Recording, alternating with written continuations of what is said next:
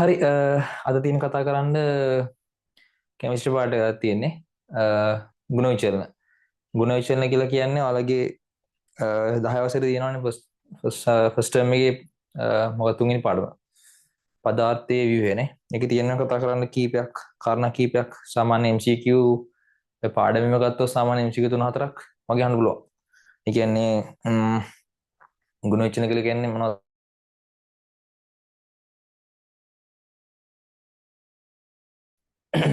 මේ මාතෘකාව තියෙන්නේ මම හිතන්නේ ආවර්තතාවගේ දෙකේ රටා කියලා මම හිතන්නේ තියෙන්නේ. ඒ කියන්නේ විද්‍යුතතාවය එකක් අනිත් එක මොකද්ද? පළවෙනි ආනීක ශක්තිය. ඒවා වෙනස් වෙන විදිය. අර chart එකෙම තියෙන්නේ. එතකොට අය තව කතා කරන්න තියෙනවා ලෝහ අලෝහ ගුණ ගැන කතා කරන්න තියෙනවා. ආම්ලික වාෂ්මික කතාව තියෙනවා. ඒ පොඩි කතා කිහිපයක් තියෙනවා. අපිට එකෙන් කතා කරමු. හරි එතකොට මේ වීඩියෝ එක එක්ක මේ පළවෙනි වීඩියෝ එක වෙයි. තව වීඩියෝ එකක් එයි. කියන්නේ අර සංයෝග හැදෙන එක ගැන තියෙනවානේ සංයුතාව එක්ක. ඒකයි සමාන ගොඩක් අයට ඒක පටල ගන්න දෙනක්. බොහෝ දුරට ඒ දෙක එකට එන්නත් පුළුවන් ගොඩක් දෙකුන් නැත්නම් වීඩියෝ එක. ඊට පස්සේ දෙකටම හරියන්නේ ඇප්ලිකේෂන් එකක් එනවා. ඒක බලන්න ඕනේ. හරි. හරි. හරි අපි යන් එන. ගුණවිචලන යන්න කලින් පොඩ්ඩක් මතක් කරන් යන්න මේ තියෙන එකේ පොඩි දේවල් කිහිපයක් තියෙනවානේ. මතක් කර යන්නම්ම. දැන් අපි ලෝහයක් ගත්තොත් මොකක් හරි ලෝහයක් ගත්තොත් මේ අපි හිතමු සෝඩියම් කියලා. සෝඩියම් කියලා ලෝහය ගත්තොත් සෝඩියම් කියලා කියන්නේ 11 වෙනි තියෙන එකනේ. අපි මෙතනින් දානවානේ මේ අංකයක්. මෙතනින් අංකයක් දානවා මෙතනින් අංකයක් දානවා. පොඩ්ඩක් මතක් කරගන්න සමහරවිට මේවත් බෑ සමහර කට්ටියනේ ඔයගොල්ලෝ නෙමෙයි ඉතින් එහෙම තමයි මොළදී පොඩ්ඩක් කේස්නේ. ඕන දෙයක්. ඒ කියන්නේ මේවා පොඩි කාලේ ඉගෙන ගන්න යා මම හිතන්නේ 9 වසරේ තියෙන මේක නම් ස්කන්ධ ක්‍රමාංකේ පරමාණු ක්‍රමාංකේ. සාමාන්‍ය ඒවත් පටල ගන්න ගොඩක් අය එතන තියෙන්නේ මොනවද ඒවා ඇයි එතෙන්ද වැටලා තියෙන්නේ ඒවා දන්නේ තියා ඉන්නවා. මේක පොඩ්ඩක් අල්ලගන්න එකපාර.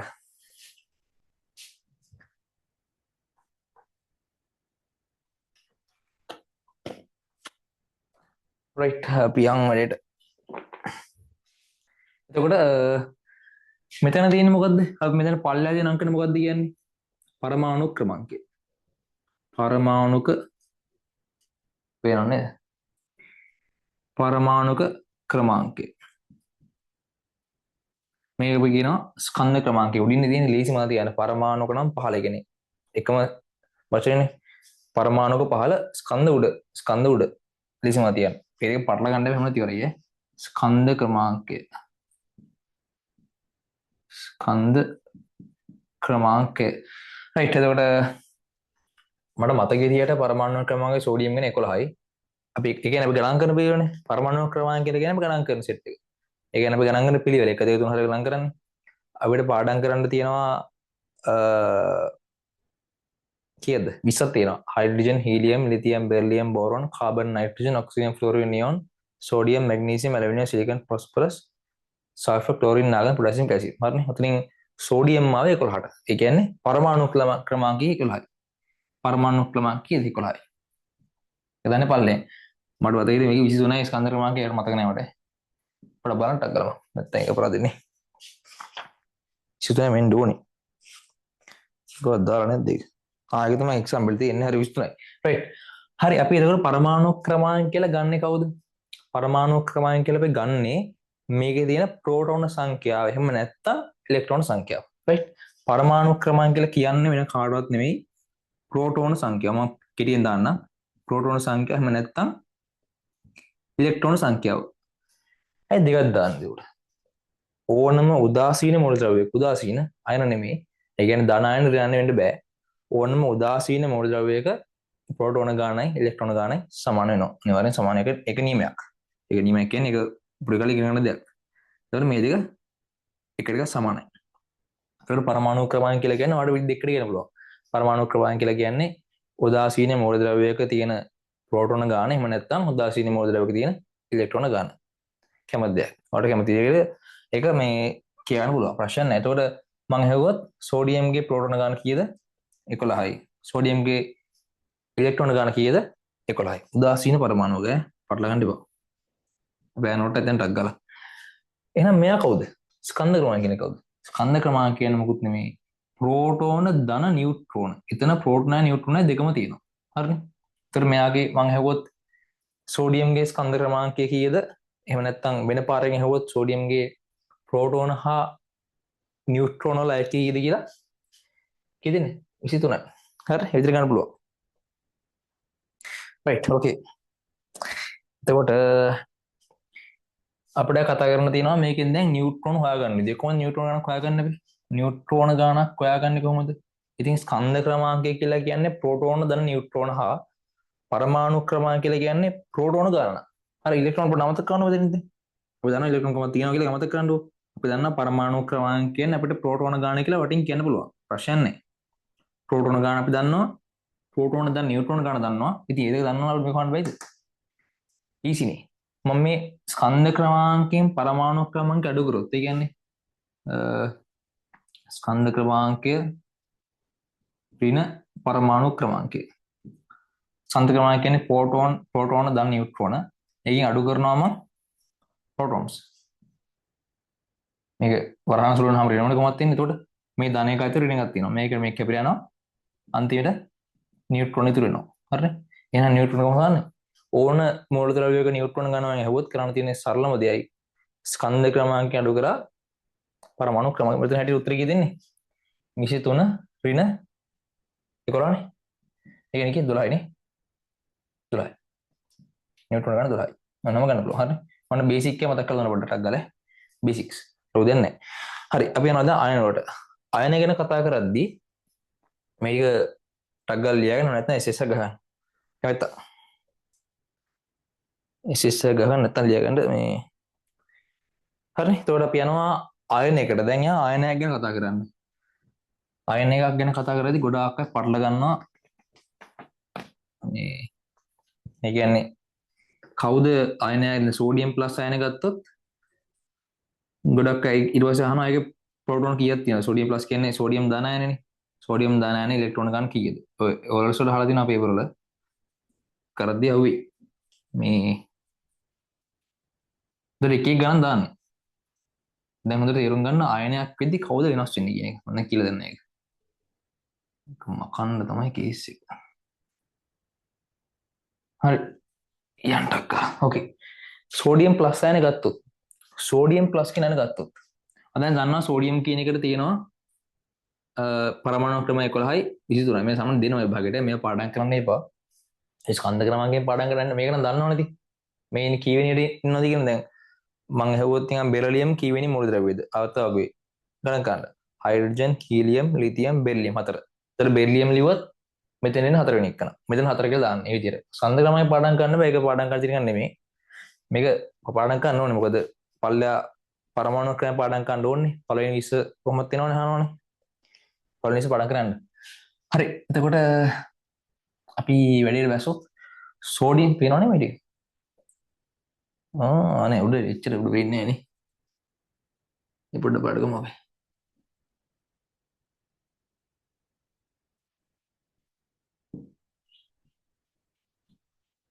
right okay. එතකොට අපි දන්නවා දැන් සෝඩියම් වල මෙහෙම කතාවක් තියෙනවා. මං ගත්තොත් සෝඩියම් ධන කියන අයනේ. සෝඩියම් ධන කියන අයනේ. මං අහනවා සෝඩියම් ධන අයන මොකුත් දෙන්නේ නැහැ එක්සෑම් එකට. මෙන්න මෙහෙම දෙනවා නේ. ඔන්න ඔහොම එකක් තමයි ගානට දෙන්නේ. මේ ටික කොහොමද දාලා දෙන්නේ සාමාන්‍යයෙන්? සාමාන්‍යයෙන් දාලා දෙන්නේ එහෙම නැත්තම් මෙන්නම ඡේද දෙනවා. මං අහනවා සෝඩියම් ධන අයනේ ප්‍රෝටෝන කීයක් තියෙනවද?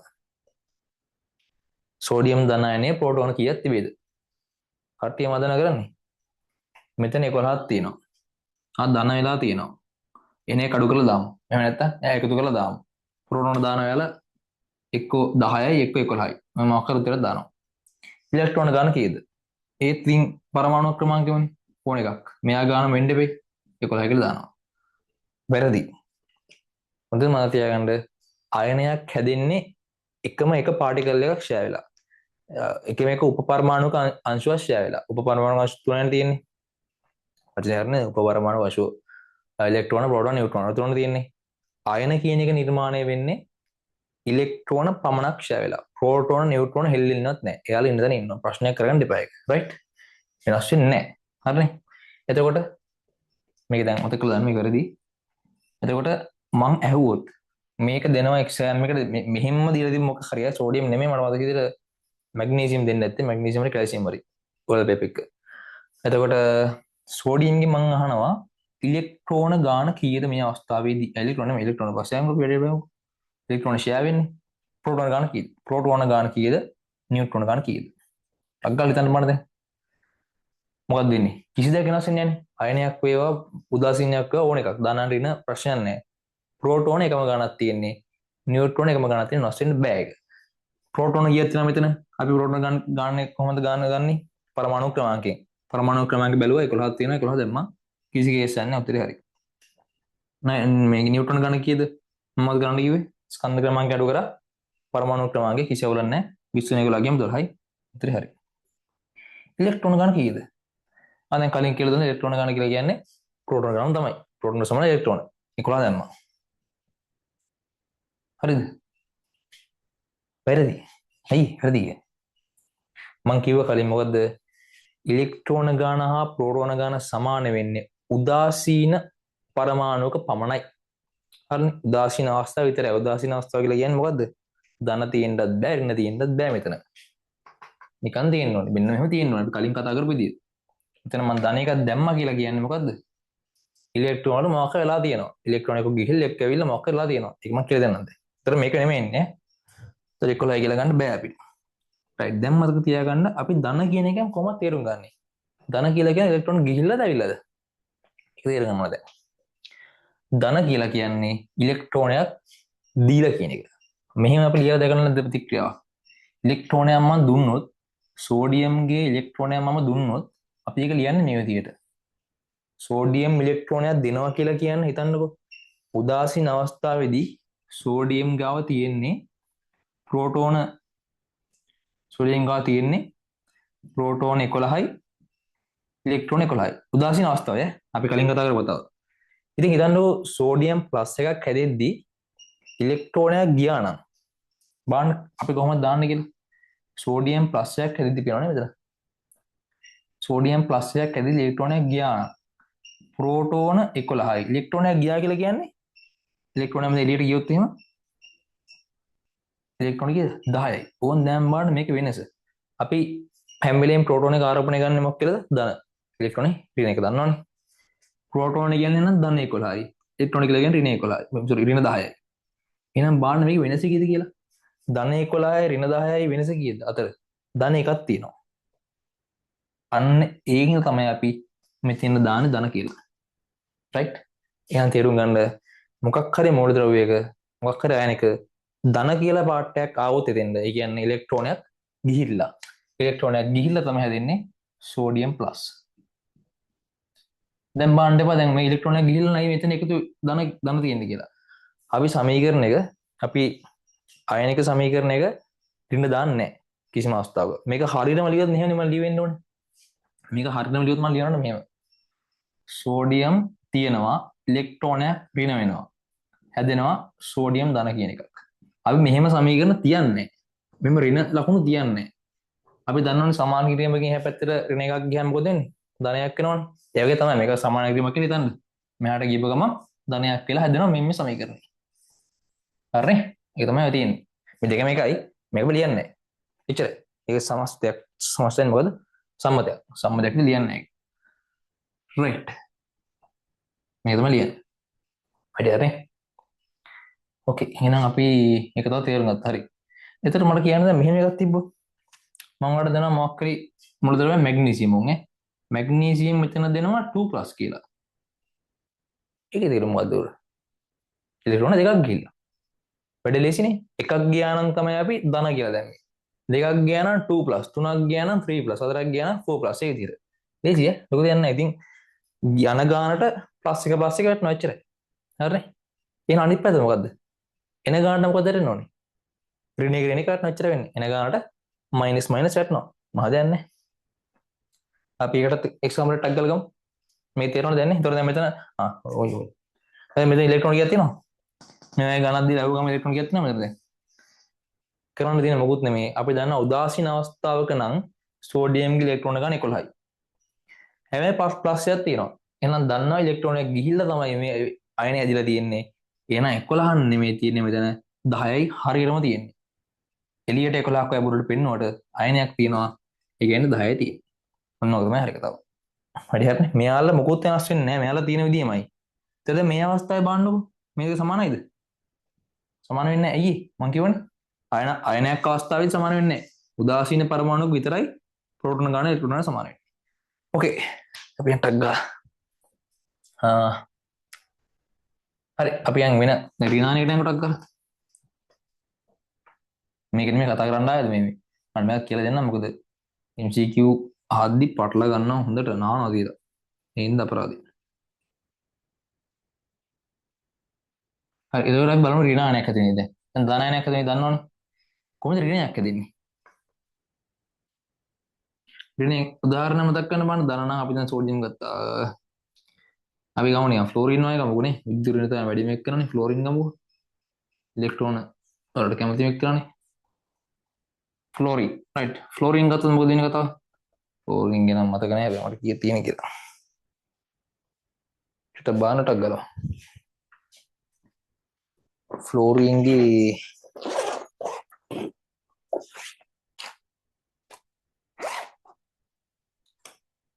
ආයේ කාඩ් එකක් නැහැ මං ගාවේ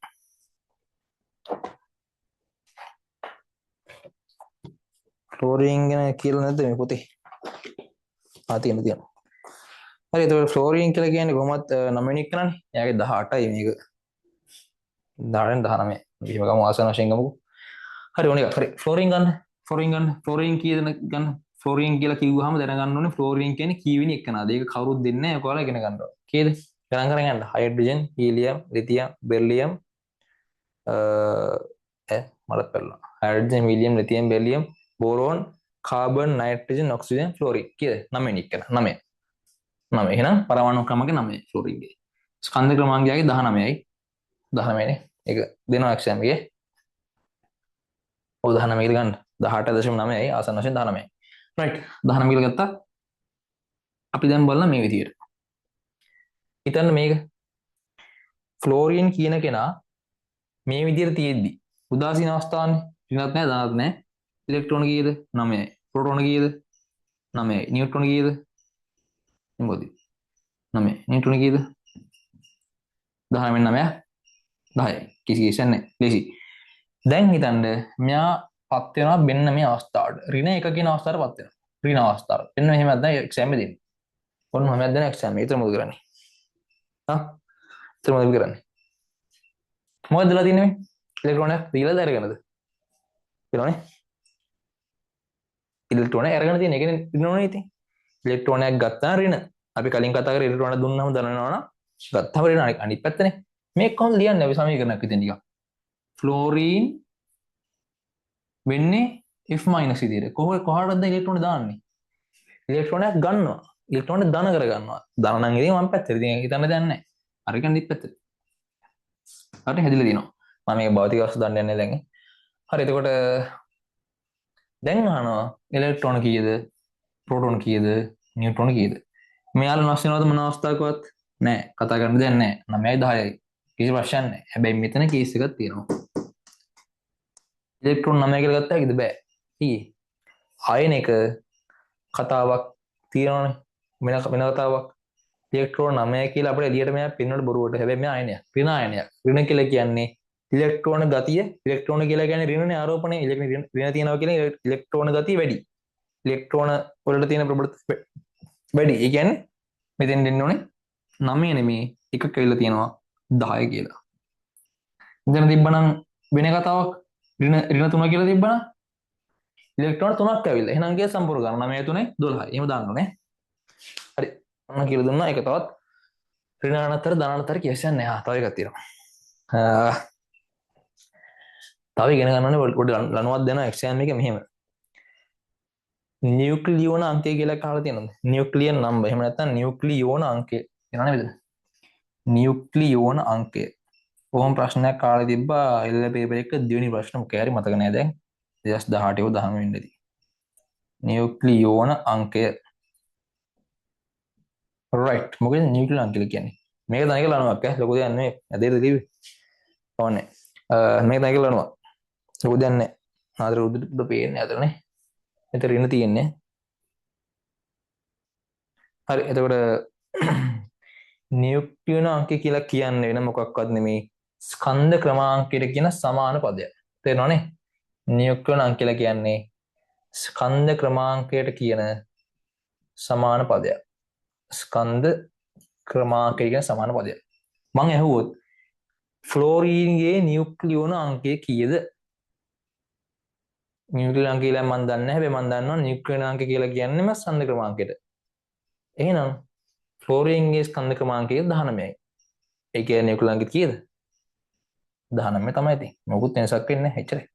හරි මම කියන්නේ නියුක්ලියන අංක කියලා කියන්නේම ස්කන්ධ ක්‍රමාංකයට. ඔය වගේ පොඩි පොඩි ඒවා මම කියන්නේ අහන්න පුළුවන්. රණු කියලා කියන්නේ මේ කන රණු නෙමෙයි ඈ. එක එක තියෙනවනේ එක එක ට්‍රික්ස්. කියන්නේ පටවන දින එක. හරි යා ටක් ගාලා ඒ පාට් ඉවරයි. හරි අපි දැන් ගුණ විචලන යන්න කලින් ගුණ විචලන යන්කෝ. තව පාට් එකක් තියෙන ඔය අපි ඒක පිළි කරමු. ගුණ විචලන ඉවර කරලා ඒක කරන්නේ දාවේ. ඒක නැත්තම් අපි කරන්න ඉන්නේ. හරි යන් ගුණ විචලන ලක් කරලා. ගුණ විචලන කතා කරද්දී කොහොමද පාඩ ප්‍රධාන වශයෙන් ඉරන්න තියෙන දෙකයි. මොනවද? ප්‍රධාන දෙක මොනවද? පළවෙනි ආනීකරණ ශක්තියයි විද්‍යුත් ත්‍රිණතාවයයි. පළමු ආනීකරණ ශක්තිය හා විද්‍යුත් ත්‍රිණතාව ඉස්සල්ලාම යන විද්‍යුත් ත්‍රිණතාවට හරිම එක පැත්තක් කරලා කියන ලීසි නේද? එක පැත්තක් කරලා යන ටක් ගාලා ආවර්තගුව මතක් කරගන්න ලියද්දි hydrogen helium lithium beryllium boron carbon nitrogen oxygen chlorine neon හරි hydrogen නියෝන sodium magnesium aluminium silicon phosphorus sulfur chlorine argon potassium ඔන්නෝක calcium ඔක ලියන්න ඕනේ exam එකේ පටන් ගන්න කලින් හරි පුළුවන් ටක් ගාලා ඉතින් ලියා ගන්න. කොහොමද දිනා 20 හරිනේ දෙකයි දරයි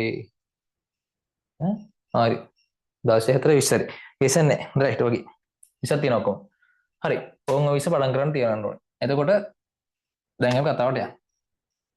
දැන් මේ පැත්තේ මොනවද තියෙන්නේ? මේ පැත්තට පළවෙනි ආවර්තය, දෙවෙනි ආවර්තය, තුන්වෙනි ආවර්තය. එහෙම තිද්දාන්න දෙපා. තුන්වෙනි ආවර්තය, හතරවෙනි ආවර්තය. පල්ලයට මොනවද තියෙන්නේ? පළවෙනි කාණ්ඩය, දෙවෙනි කාණ්ඩය, තුන්වෙනි කාණ්ඩය. 4 5 6 7 8 එහෙම නැත්නම් බිංදුව කියලා කියන අපිට බිංදුව ගන්න කියලා කියන ප්‍රශ්න නැහැ. හරි. දැන් තේරුම් ගන්න ඉස්සල්ලාම අපි කතා කරන්නේ ආයනීකරණ ශක්තිය මේ විද්‍යුත් ත්‍රිණතාව ගැන.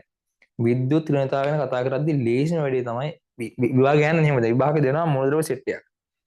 දෙනවා මූලද්‍රව්‍ය හතරක්. ඔයාලට එන්නේ උත්තර හතරක් තෝරන්නේ. හතරක් දෙනවා. ඒ වල නම් සාමාන්‍ය උත්තර පහක් එනවා. හරිනේ හතරක් දෙනවා ඈ. අහන සෝඩියම්, බෝරෝන්, නයිට්‍රජන්, ඔක්සිජන් යන මූලද්‍රව්‍යයන්ගෙන් විද්‍යුත් ත්‍රිණතාව වැඩිම මූලද්‍රව්‍ය තෝරන්න. දැන් උන්ට එකපයින්නවා. චාට් එකක් තිබ්බා ඒක පාඩම් කරෙත් නෑ දන්නේ නෑ එහෙම පාඩම් කරන්න අමාරුයි. ඒක පොඩක් කරේනවා නේ. එතකොට ඒකට තමයි ක්‍රමයක් දැන් කියලා දෙන්න යන්නේ. හරිද? මේක තමයි හරි විදිය ගන්න විදිය. හොඳට මතක තියාගන්න මේකේ ඔක්කොරෝනේ තේරුම් ගන්න ඕනේ විද්‍යුත් ත්‍රිණතාවයට අපි උච්ච භාවයෙන් ගන්න නෑ. උච්ච භාවය කියලා කියන්නේ මොකද්ද? 8 වෙනි කාණ්ඩය. කියන්නේ බිඳුවෙනි කාණ්ඩය. ඒක අපි ගන්න නෑ. හරිද? ඒක අපි ගන්න එමා තියන්න. ඒක නියමයකයි. පොලිම් පරිමාණයකට මේක ගන්න නැත්තේ. එන්නේ මොකද නැන්නේ මේ උච්ච වායු බන්ධන හදන දෙන්නේ නැඹුරුතාවය සෑහෙන අඩුයි. ඒ කියන්නේ උච්ච වායු ස්ථායි. අපි ස්ථායි වින්‍යාසයක් ගන්න කියලා මොකද කියන්නේ? අන්තිමට 8 එන සීන් එක මතකයිනේ. 2 8 1 කොහොම තියෙද්දි මේ 8 2 මම යන්නේ මේක. අපි මේ අවස්ථාවේ ගන්න try කරනවා මේ එක්ක ඉලෙක්ට්‍රෝන දෙයක් අයින් කරලා ඉලෙක්ට්‍රෝනයක් අයින් කරලා මේ අවස්ථාවට යන්න try කරනවා. දැන් මෙයාලා ඉන්නේ මේ අවස්ථාවේ. මෙයාලට ආයේ අවස්ථාව යන්න දෙයක් නැහැ. මෙයාලා ඉන්නේ අවස්ථාවේ. එහෙනම් උච්ච වායු අවස්ථාවේ ඉද්දි අපි මේ අය බන්ධන හදන්න try කරන්නේ නැහැ. හරි? හදනවා හදන්න නැති නෑ. සෙනොන් නේ බන්ධන හදනවා. සෙනොන් නෑ සෝරි. මේක නෑ අර සෙනොන් තියෙන විදිහට පල්ලෙන් තියෙන. පල්ලෙන් විසි නෑ. එතකොට බන්ධන හදන එනවා හදන්න තුනේ මේ. එනකොට හදන්න දෙන්නේ නැඹුරුතාව සෑහෙන අඩුයි. එතකොට ඒ හින්දා අපි මෙන්න මේ ටික. මෙන්න 8 වෙනි කාණ්ඩේ. අපි ගන්නෙ නෑ. එයාව හල්ලා දානවා. හරිනේ? අපි ගන්නෙ මෙන්න මේ ටික විතරයි. හොඳට මතක තියාගන්න මේ තියරිය ආවර්තිතා වගුවේ ආවර්තයක් ඔස්සේ දකුණට යද්දී මොකද වෙන්නේ? ආවර්තයක් ඔස්සේ දකුණට යද්දී විද්‍යුත් ත්‍රිණතාව විද්‍යුත් ඍණතාව වැඩි වෙනවා. හරිනේ. ඔන්න තීර තේරුම් ගන්න දේශී ක්‍රමයක් යෙදෙන්න යන්නේ. ආවර්තය වගේ ආවර්තයක් ඔස්සේ දකුණට යද්දී විද්‍යුත් ඍණතාව වැඩි වෙනවා. පේන්නේ වැඩිනේ. විද්‍යුත් ඍණතාව වැඩි වෙනවා. මම මෙතන හදිනවා. ආවර්තයක් ඔස්සේ දකුණට යද්දී විද්‍යුත් ඍණතාවය වැඩි වෙනවා. එහෙනම් ඒකෙම අනිත් පැත්ත ගන්නද? ඒකේ මේ පැත්ත නෙමෙයි. ඒකෙම පල්ලෙහාට හිතන්න. ආවර්තයක් ඔස්සේ දකුණට යද්දී විද්‍යුත් ඍණතාවය වැඩි වෙනවා නම් කාණ්ඩයක් ඔස්සේ පහළට යද්දී විද්‍යුත් ඍණතාව අඩු වෙනවා. වැඩ තේරෙනවනේ? උඩනේ. හරිනේ? විද්‍යුත් ඍණතාවය පැත්තට අඩු වෙනවා. බලමු හරිද කියලා අපි. මම කියපුවා හරිද බලන්න ටක් ගාලා chart එක ගන්න ටෙක්ස්ට් බුක් එකේ වාන්න තියෙන්නේ.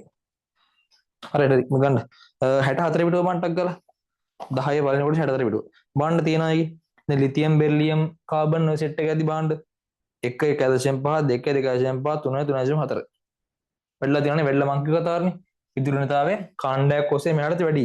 සෝඩියම් ඉඳන් මැග්නීසියම් ඇති බලන්න 0.9යි සිලිකන් 1.8යි ක්ලෝරින් 3යි වැඩිලා තියෙනවා. බලන්න කාණ්ඩයක් ඔස්සේ පහටක් ගන්න. කාණ්ඩයක් ඔස්සේ බලපන්. හයිඩ්‍රජන් ඉඳන් පළලට බලන්න. හයිඩ්‍රජන් 2.1යි. ලිතියම් 1යි. සෝඩියම් 0.9යි. 0.8යි පොටෑසියම් අඩුලා තියෙනවනේ. හරිනේ. මෙහෙත් බලන්න අඩුලා තියෙනවා කියලා. ඔක්සිජන් 3.5යි. සල්ෆර් 2.5යි අඩුලා තියෙන්නේ. වැඩි හරිනේ. අච්චරයි තේරුම් ගන්න තියෙන්නේ. හරිනේ. ඔක තමයි තියරිය. හරිනේ. විද්‍යුත් ඍණතාව අපි ගන්නේ මෙයා ගන්න නෑ මේ රඩන්නේ අපිට ආවර්තයක් ඔස්සේ දකුණට යද්දි වැඩි වෙනවා කාණ්ඩයක් ඔස්සේ පහළට යද්දි අඩු වෙනවා. ක්ලියර් කරන අනිවාර්යයෙන් වැදගත් ඈ. එතකොට දැන් මේක කියලා දුන්නේ. විභාගයට මේක අහන්නේ මෙහෙම. දෙනවා මූලද්‍රව්‍ය සෙට් එකක් උන් ඈ. විභාගේ MCQ එකක් එනවා. කොහොමද දෙන්න කියනවා? Magnesium, beryllium, silicon, fluorine. මෙම මූලද්‍රව්‍යයන්ගෙන් විද්‍යුත් ඍණතාවය වැඩිම මූලද්‍රව්‍ය කවුද? ටක් ගාලා මේ chart එක ගහ ගන්න ඕනේ. ඉක්මනට. මොකද දන්නවද මේක සාමාන්‍යයෙන් ගහලා තියාගන්න එක්සෑම් පටන් ගද්දී මොකද මේක ඕන වෙනවනේ දැන් කීප එක. මේ ඔයාලට දෙන්නේ නැහැ මේකනේ. හරි දුන්නව නැතහො ගහලා තියාගත්ත ටක් ගාලා. එතකොට මේ දීලා තියෙන එක රවුම් කරගන්නවා. මට දුන්නේ කවුද? මට දුන්න මැග්නීසියම්. රවුම් කරගත්තා. බෙරිලියම් දීලා තියෙනවා. සිලිකන් දීලා තියෙනවා. ෆ්ලෝරින් දීලා තියෙනවා. දැන් මම කල්පනා කරන්නේ මේ සෙට් එක විතරයි. මම දන්නවා තීරිය ආවර්තය වගේ දකුණට යද්දි. දකුණු පැත්තට යද්දි විද්‍යුත් ඍණතාවය වැඩි. එහෙනම් දකුණු පැත්තේ ඉන්න උන්ගේ තමයි විද්‍යුත් ඍණතාවය වැඩි. දකුණු පැත්තේ ඉන්න අයගෙත් වැඩි කාගේද? උඩ අයගෙත් පල්ල අයගෙද? දකුණු පැත්ත තමයි වැඩිම. දන්නවා මම. ඇයි ආවර්තය දිගේ දකුණට යද්දි වැඩි වෙනවා. ඒ කට්ටියගෙත් දකුණු පැත්තේ උන්ගේ දකුණු පැත්තේ සෙට් එකෙත් මේ කට්ටියගෙත් වැඩි කවුද? උඩ ඉන්නේ. ඇයි ඒ? කාණ්ඩයක් දිගේ පල්ලයට යද්දි අඩු වෙනවා නම් කාණ්ඩයක් දිගේ ඉහළ යද්දි වැඩි වෙනවා. ඒ කියන්නේ වැඩි එකේ ඉඳන් අඩුවට ගිහින් තියෙන්නේ. එහෙනම් කාණ්ඩයක් ඔස්සේ යද්දි උඩ ඉන්නේ වැඩි සෙට් එක. රයිට්. එහෙනම් අපි දන්නවා විද්‍යුත් ඍණතාවය හොයන්න නම් ආවර්තයක් ඔස්සේ දකුණට යද්දි වැඩිම සෙට් එකක ඉන්නවා. එතනොත් උඩේ උන් ටික වැඩි. මේ හතර බාන්න මේ හතරෙන් දකුණු පැත්තේ කවුද ඉන්නේ? මෙයා විතරයි ඉතින්. ආ උඩ පල්ලේ බාන්න උන්නේ නැහැ. ඉන්නේ ෆ්ලෝරින්. උත්තරේ ෆ්ලෝරින්. F ගත්තා වැඩි කරා. වැඩි ක්ලෝස්. හරි. මම තවත් දෙන්නකො තව එක්සැම්පල් එකක් ගන්න. ඇලුමිනියම්, සිලිකන්, සල්ෆර්, නයිට්‍රජන් වටි දෙන්නම් හරි. එඩි ඇති නේද? රයිට්. ෂේප් ඇති. හරි. ඇති. හරි. ඔන්න එක හතරක් තියෙනවා. හරි. දැන් මම ඉතින් ලංකුරටක් ගන්න ඇලුමිනියම් සිලිකන් ඉතින් අලවුම් කරලා තියෙන්නේ. සල්ෆර් මෙන්න පැනක් ගන්න කොහොමද ලිව දෙන්නේ? නයිට්‍රජන්. හරි. මේ සෙට් එක. මෙයයි. දැන් බලන්න තීරය මොකද්ද? දකුණු පැත්තේ උඩ අය. දකුණු පැත්තේ උඩ අය තමයි වැඩි කට්ටිය. දකුණු පැත්තේ විදුලි ඍණතාවය වැඩි වෙනවා. එතනොත් උඩ කට්ටිය. එතනොත් උඩ කට්ටිය.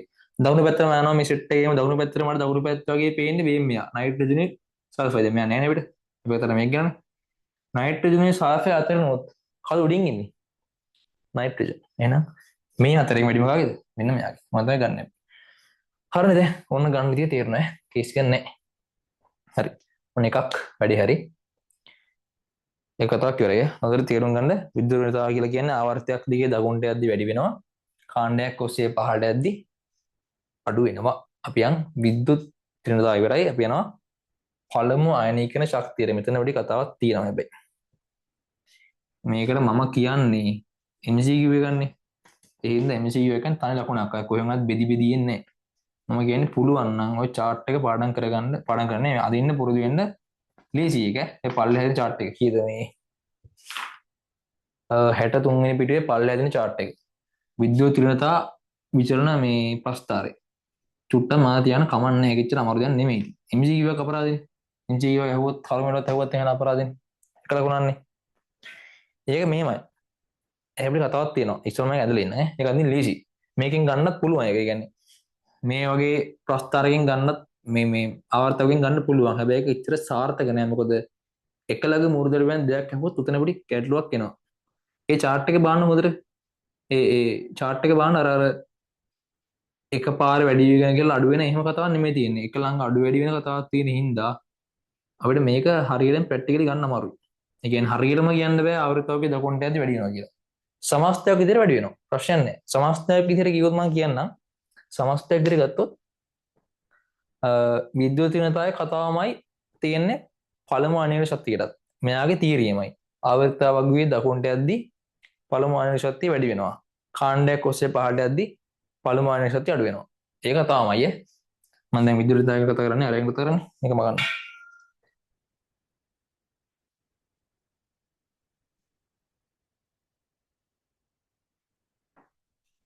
ඒකට අනිත් එක මේ ඒකට මෙයාලා එනවා.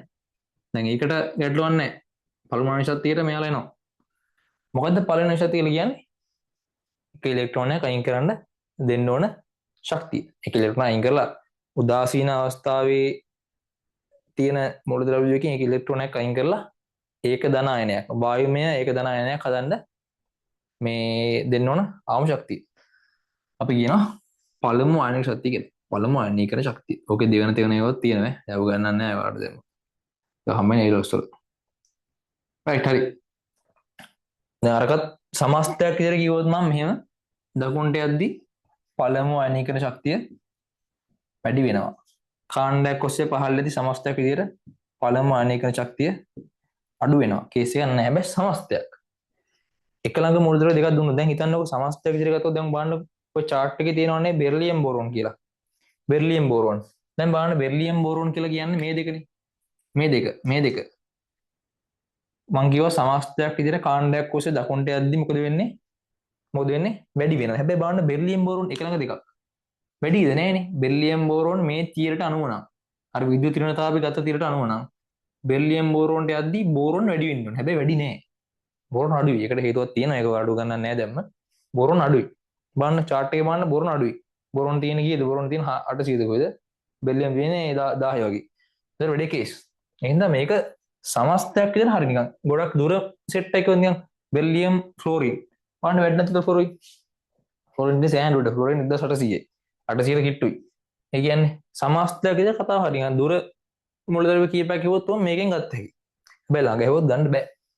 මෙන්න මං කියන්නේ හොඳම දේ තමයි මේක පාඩම් කරලා තියාගන්න මේක අඳින එක අමාරු නෑ. දේශියෙන් බණ දෙන විදිය එකක් ගැහුවා. මෙහෙම එකක් අදින්න පුළුවන් ඕනෙක් කෙනෙක්ට ලොකෝලන්නේ පොඩ්ඩක් පැත්තට දින්න එක.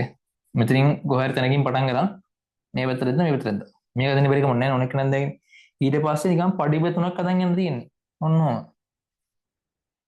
3යි 1යි 2යි 3යි ආය පොඩ්ඩක් පළලට ගත්තා මේකෙන් පළලට එන්න 1යි 2යි 3යි ආය පොඩ්ඩක් පළලට ගත්තා මම පොඩි ඇඳ මේක කොකක් ඇඳ වැඩි වෙයි ඒක උච්චරේ තියෙන chart එක මුළු chart එකම ඇඳපන් දැන් නම් කරමු පළවෙනි 20 මේකට පොඩ්ඩක් ඔබා ගන්න sheet එකේ මේ hydrogen helium lithium beryllium boron මොන උතන කේසයක් තියෙනවා දැන් අපි අර කෙලවර සෙට් එක දාන් ආවා කොනසික දාන් ආවා මේ තියෙන මොළදරු ටික hydrogen helium lithium beryllium boron මෙන්න මෙතන පොඩ්ඩක් පහු කරද්දි මැදට එකක් එන්න ඕනේ hydrogen helium lithium beryllium boron carbon nitrogen oxygen මෙයාගෙත් තියෙනවා ෆ්ලෝරින් නියෝන් ආය යනවා අර විදිහටම සෝඩියම් මැග්නීසියම් දැන් මෙයාගේ මෙතන ඉන්නේ මෙයාගේ ආවෙත් නැහැනේ. මෙයාගේ ඉන්නෙත් නැහැ. මැග්නීසියම්, ඇලුමිනියම් මෙන්න මේක විතරයි ඉන්නේ. මේ දෙක ඉතනවා. මෙයාගේ මෙතනවා මේකත් මෙතන එනවා. මෙයාගේ මෙතනවා මෙතන එනවා. ඇලුමිනියම් සිලිකන්ද? හරිද? හෙන්න ඉතින් පිට බලන කාර්බනියම් මෙතන තියෙනවනේ. සිලිකන් තමයි. ඇලුමිනියම්, සිලිකන්, phosphorus, sulfur, මෙතන ක්ලෝරින්, ආගන්, පොටෑසියම්, කැල්සියම්. මොකක්ද මේක මහ දෙයක් නෙමෙයි ඈ. ටික් ගාලා දැන් මට ටක් ගාලා ටික් ගාලා උනේ. ශනිකන්දයි ඔය මාරු දෙයක් නෙමෙයි තියෙන්නේ. හරිනේ. ඔච්චර තියෙන ඔය chart එක උන් හන්ද. ඉතින් ඕකෙන් දැන් බල ඕකෙන් ඉතින් ඕනෑක කොත් කිව්වා කියන්නේ. මං අහනවා මං නිකන් රැන්ඩම් හිතනවා ඒක බලන්නේ නැහැ. මං හිතනවා මේ බලන්න මං සෙට් එකක් කියනවා. සල්ෆර්, phosphorus, carbon, නියෝන් ගොඩක් කියනවා හතරක් ඕනේ නේ. ඇලුමිනියම්, මැග්නීසියම් ඔන්න ඔය ටිකේ හොයන්න කියලා මං කියන්නම්කෝ.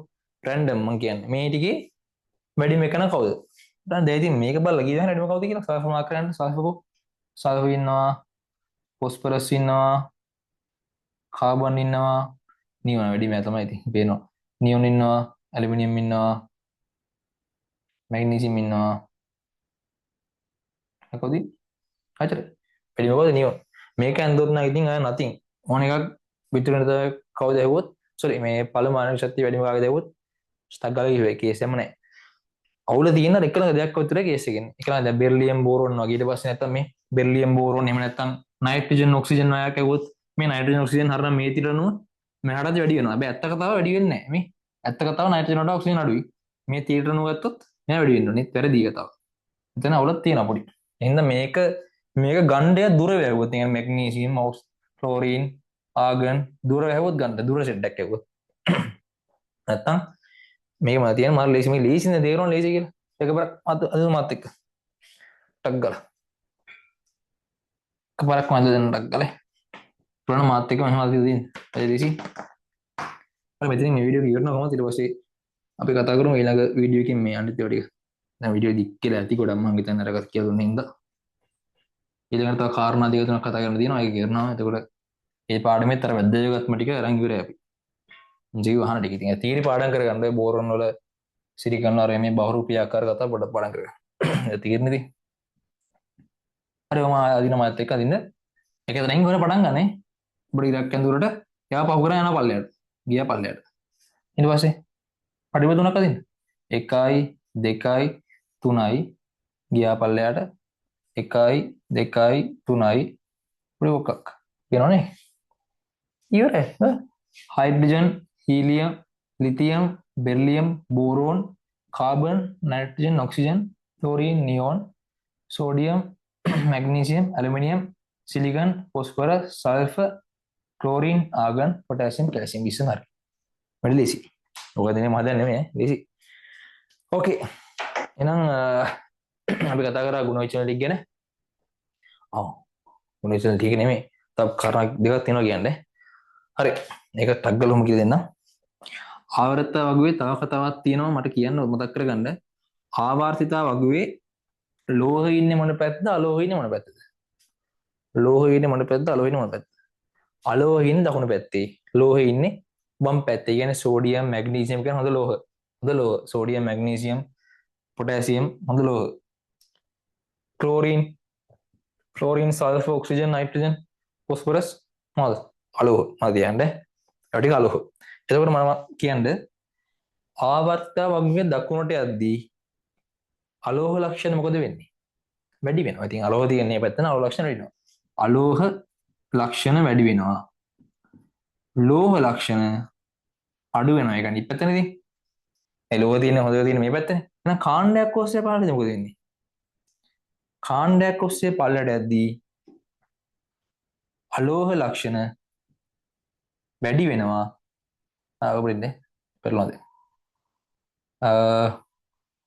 මේ පැත්තේ හොඳ ලෝහ වැඩි මේ පැත්තනේ ලෝහ ලක්ෂණ අර ලෝහ ලක්ෂණ අඩු වෙනවා අර කතාව තමයි වෙන්නේ ඒක අනිත් පැත්තේ මේක දෙන්නේ හරි ඒක හරිනේ මම කිව්වා මේ පැත්තට ඇද්දි ලෝහ ලක්ෂණ ටික දිනනවා ලෝහ ලක්ෂණ අඩු වෙනවා හොඳ ලෝහ තියෙන්නේ පල්ලෙහාට උඩද චුට්ටක් බානටක් කරමු ඉඳ ලෝහ ලක්ෂණ ගත්තොත්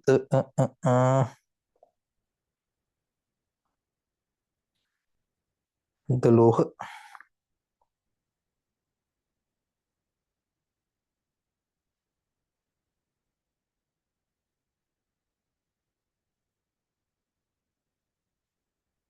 බලමු ටක් ගාලා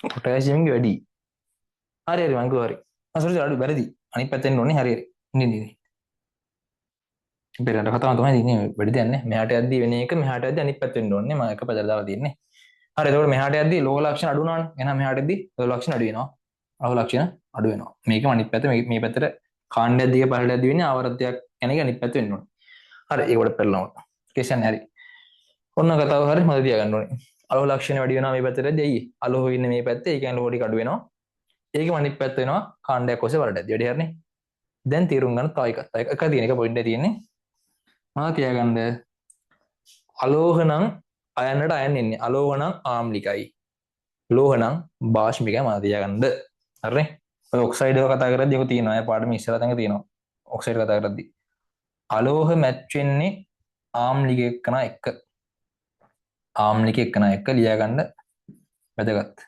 ලෝහ සෙට් වෙන්නේ භාෂ්මික එක්කන එක ඒ කියන්නේ මොකද්ද ඒ කියන්නේ මොකක්ද මම කිව්වේ ඒ කියන්නේ අලෝහ වලට තියෙන්නේ ආම්ලික ලක්ෂණ ඇසිඩ් ෆීචර්ස් තියෙන්නේ එයාලා ඇසිඩික් අලෝහ වල තියෙන්නේ ආම්ලික ලක්ෂණ ලෝහ වලට තියෙන්නේ භාෂ්මික ලක්ෂණ එහෙනම් මට කියන්න ආවර්තයක් ඔස්සේ දකුණට යද්දී වැඩි වෙන්නේ ආම්ලික ගතියද භාෂ්මික ගතියද වැඩි වෙන්නේ කවුද ආම්ලික ගතිය අයියේ ඉතින් මෙහි ඉන්නේ අලෝහ නම් අලෝහ එක්ක තියෙන ආයනට ආයන සෙට් වෙන්න මතක තියාගන්න අලෝහ නම් ආම්ලික එහෙනම් ආම්ලික ගතිය මෙහාට යද්දී වැඩි වෙනවා ආම්ලික ගතිය මෙහාට යද්දී වැඩි වෙනවා ලෝහ කියලා කියන්නේ එහෙනම් භාෂ්මික ගතිය මොකද වෙන්නේ භාෂ්මික ගතිය ඩ්‍රොප් වෙනවා අඩු වෙනවා භාෂ්මික ගතිය අඩු වෙනවා හරිනේ මෙතනත් ගන්න අලෝහ ලක්ෂණ මෙහාට යද්දී මොකද වෙන්නේ ලෝහ ලක්ෂණ දැන් මෙහාට යද්දී ලෝහ ලක්ෂණ අඩු වෙලා මෙහාට යද්දී ලෝහ ලක්ෂණ වැඩි වුණා නම් භාෂ්මික ගතිය අඩු වෙලා මෙහාට යද්දී භාෂ්මික ගතිය වැඩි වෙන්න ඕනේ හරිනේ භාෂ්මික ගතිය වැඩි වෙනවා ඒකම අනිත් පැත්තෙන් ආම්ලික ගතිය අඩු වෙලා යනවා රයිට් ඔන්න කම්ප්ලීට් ඉවරයි හරියට අකල ඉස්සෙස් එක ගන්න ඕයි හරියට නම් ඒ වීඩියෝ ඉවරයි පැයක් විතර යන්න දෙච්චර යන්න දෙවදිනේ පැය විනාඩි 40ක් යන්න මම හිතන්නේ වීඩියෝ දන්න හැටියට හරි එතකොට මොනෝ වැඩි හරි හොඳට මේක තීරුම් ගන්න එන විදිය ඔක්කොම පේනවනේ ඉතින් ටික කිසෙන් නැහැ හරි ඕකේ එහෙනම් ඒ ටික තීරුම් ගන්න හොඳට එහෙනම් වීඩියෝ ඉවරයි ගුණ channel part එක හරියවුම් හොඳට අනිවාර්යෙන් MCQ අහනවා සාමාන්‍යයෙන් අනිවාර්යෙන්ම කියලා කියන්න බෑ හැබැයි පාස් පේපර් වල අහලා තියෙනවා ටර්ම් බේස් වලටම හරි හොඳට මොකද ෆස්ට් ටර්ම් එකේම කොහොමවත් ආයි 11 හැට නම් දැන් මේවා මොකක් කෙල්ලන තියෙන්නේ එතකොට හොඳට එඩි අනිවාර්යෙන් බලන්න මේකත් එක තව වීඩියෝ එකක් එයි අර සංයුතාවය එක්ක කොහොමද මූලද්‍රව්‍ය හැදෙන්නේ අර සංයුතයන් මාරු වෙලා ඒක නම් කියලා දෙන්නම් මොකද ගොඩක් අය පටල ගන්නවා ඒක ගැන කියලා දෙන්නම් ඒකේ පාඩම් කරන්න කියලා තියෙන එකක් කියලා දෙන්නම් ඊට පස්සේ මේ එනවා මේ දෙකටම එකතු කරලා ඇප්ලිකේෂන් වීඩියෝ කියන ගණන් තියෙන එක පාස් වර්ස් වල ගණන් ටික 2010 වගේ ඉඳන් ඊට පරිණාමන කොට ඕනේ හොඳ ප්‍රශ්න ටික දෙකක් දාන්න ටර්ම් ටෙස්ට් එක තුල අපි ඒක ඊට පස්සේ කරලා වැඩි කොට දාන්න හරි එහෙනම් මේක බලන්න තේරුණ එක තියෙනවා ආයෙ වෙන කරලා හොඳට බලන්න හරි එහෙනම් ඉවරයි ජය වේවා